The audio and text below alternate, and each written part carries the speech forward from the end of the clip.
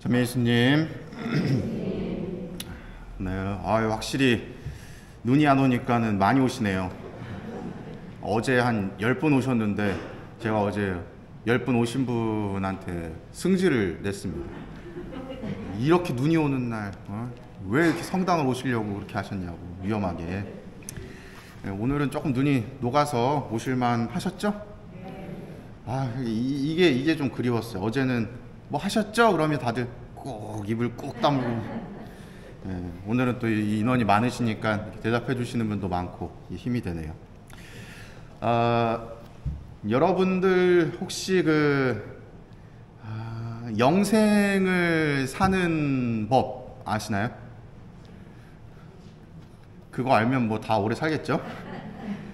이 늙지 않는 방법이 있는데, 그 늙지 않는 방법이 무엇이냐면, 우리 이 DNA의 염색체에, 이 염색체 이렇게 보면은 양 끝이 있거든요. 그 끝에 이 텔로미어라고 하는 뭐가 있대요. 근데 걔가 나이가 들면 들수록 점점 이제 짧아진대요.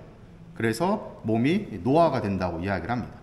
이 세포가 계속 재생성이 되고 뭐 이래야 되는데, 그게 이제 점점 줄어들다 보니까 노화가 되는 거죠. 그래서 이론적으로 이 텔로미어가 줄어들지 않으면 영생을 살 수가 있대요. 그리고 그런 방법도 실제로 개발이 되고 있다고 인터넷에서 봤습니다. 이러한 자료의 근거를 어디서 찾았냐면, 이제 우리 인간들 말고 이 세상의 여러 생물들을 보면서 실제로 영생을 사는 무언가가 있기 때문에 이러한 결과를 밝혀냈는데, 꽤 많이 있어요. 근데 그 중에 우리가 탁 기억할 수 있는 것이 있다면 뭘까요? 혹시 아시는 분 계세요? 비싼 식재료 있는데 겉은 딱딱하고, 에? 거북이도 오래 살죠. 근데 이론적으로 영생을 사는 딱딱하고 또 집게가 있어요. 개인데 그냥 개는 아닌데, 개 말고 이 꽃게 아니고 뭘까요? 모르세요? 바다에서 사는, 그렇지, 바닷가재. 우리가 로브스터라고 하는. 아니, 그 랍스터 뭐 영생 산다던데 뭐 그렇게 크지도 않고 뭐 그렇던데? 라고 생각을 하실 수 있는데, 이 바닷가재가 이론적으로 영생을 산대요. 겉은 딱딱한 껍질로 구성되어 있는데 이 안의 속살은 어떻죠? 부들부들하죠. 그 안쪽에는 세포가 항상 젊음을 유지하는 세포를 지니고 있대요. 근데 랍스터가 뭐 1000년 만년 살았다, 뭐 그렇게 산 랍스터를 보신 분 계세요? 없죠. 랍스터도 영생을 이론적으로 살 수는 있는데 수명이 있어요. 그게 대략 한 15년에서 100년 정도 사이에 죽는다고 이야기를 합니다. 근데 조금 이상하지 않아요? 우리 인간의 수명은 보통 통상 어느 정도라고 이야기하죠? 뭐 한 80, 90, 뭐 그 간극이 굉장히 적은데, 이 랍스터는, 바닷가재는 15년에서 100년이래. 왜 이렇게 편차가 클까요? 사람들이 다 잡아먹어가지고. 지 생을 살기도 전에 잡아먹혀가지고. 그리고 실제로 이 100년 이상도 살 수가 있대요. 근데 이 랍스터가, 바닷가재가 100년 이상을 살지 못하고 죽게 되는 이유가 무엇이냐면, 바닷가재는 계속해서 이 탈피를 하죠. 이 나를 구성하고 있는 단단한 껍질을 다시 벗고 다시 새로운 더 사이즈가 큰 이 갑옷이라고 하는 이것을 이제 구성하게 되는데, 그때가 그 바닷가재의 평생 중에 가장 위험한 순간이기 때문에 그렇습니다. 나를 구성하고 있는 딱딱한 껍질, 이게 있을 때는 공격을 받아도 뭐 아무렇지도 않아요. 뭐 누가 때려도, 우리 드셔보셨잖아요. 망치로 때려도 깨져요, 안 깨져요? 잘 안 깨지거든요. 그만큼 딱딱하기 때문에 누군가가 나를 위협할 수 있는 존재가 없는 거죠. 근데 그것을 이제 벗어 던지고 나오게 되면 제 손처럼 애기 손 같은 그런 부드러운 살이 딱 등장을 하는 거예요. 그러니 저거 이제 먹을 수 있어요, 없어요? 이 저기들이 위협하는 생물들이 먹을 수가 있으니까 와가지고 공격하면서 죽는 경우도 있고, 그리고 껍질이 점점 사이즈가 커지면 커질수록 탈피하는 게 굉장히 힘들어진대요.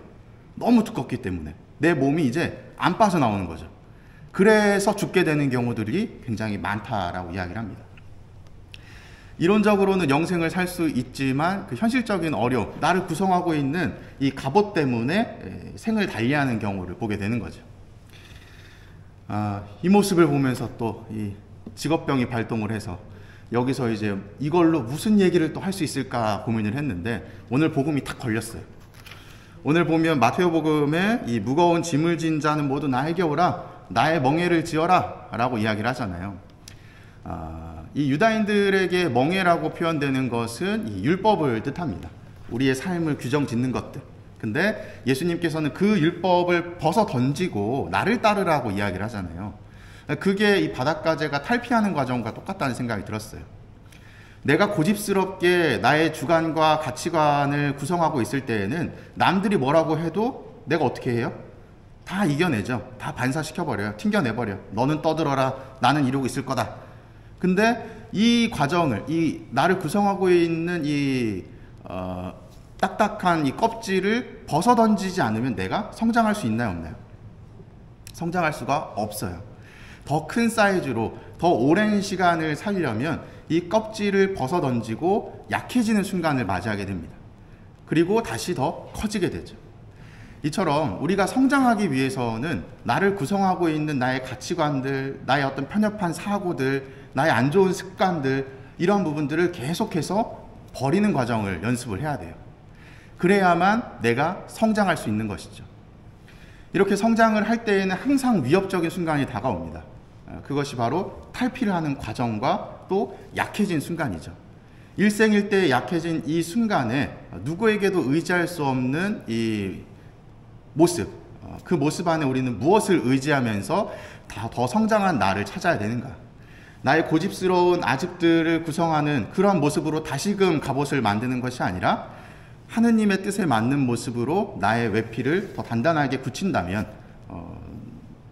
누군가가 나에게 뭐 공격을 할 때에도 이전에는 나의 주관으로 이건 아니야 저건 아니야 했었던 편협한 사고로 대응하는 것이 아니라 하느님의 말씀으로 받아들이게 되고 또 그를 통해서 또 다음 차원에서 더 성장하는 모습을 보일 수가 있겠죠.